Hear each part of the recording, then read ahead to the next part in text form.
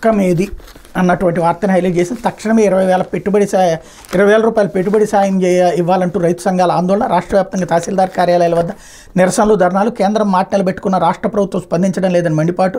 తాము అధికారంలోకి రాగానే ప్రతి రైతుకి 20,000 చొప్పున సాగు సాయం అందిస్తామంటూ సూపర్ 6లో ఇచ్చిన హామీని టీడీపీ, జనసేన, బీజేపీ కూటమి ప్రభుత్వం తక్షణమే అమలు చేయాలని ఆంధ్రప్రదేశ్ రైతు సంఘం, ఏపీ కౌలు రైతు సంఘాలు డిమాండ్ చేశాయి. మాట ప్రకారం కేంద్ర ప్రభుత్వం సీఎం కిసాన్ తొలి విడత సాయాన్ని ఇటీవలే జమ చేసిందని, అదే తరహాలో రాష్ట్ర ప్రభుత్వం సైతం అన్నదాత సుఖీభావ ద్వారా రైతన్నలకు పెట్టుబడి సాయం అందించి ఆదుకోవాలని కోరాయి. వ్యవసాయదారులకు తొలి విడత పెట్టుబడి సాయాన్ని వెంటనే జమ చేయాలని కోరుతూ ఏపీ రైతు సంఘం, కౌలు రైతు సంఘాల ఆధ్వర్యంలో గురువారం రాష్ట్ర వ్యాప్తంగా తహసీల్దార్ కార్యాలయం ఎదుట పెద్ద ఎత్తున నిరసన వ్యక్తం చేశారు. సామాజిక వర్గాలతో సంబంధం లేకుండా రైతులతో పాటు కౌలు రైతులు, అటవీ, దేవాదాయ, అసైన్డ్ భూసాగుదారులకు పెట్టుబడి సాయం అందించాలని కోరుతూ తహసీల్దార్లకు వినతి పత్రాలు సమర్పించారన్నటువంటి వార్తని హైలైట్ చేశారు. ఇందులో కమ్యూనిస్టులు కూడా ఇందులో పార్టిసిపేట్ చేయడం అన్నటువంటిది కీలకమైనటువంటి అంశం. ఏపీ రైతు సంఘాల పేరుతో ఇప్పుడు రివర్స్ యాజిటేషన్ వైసీపీ స్టార్ట్ చేసి, లేకపోతే గడిచిన 5 ఏళ్ళు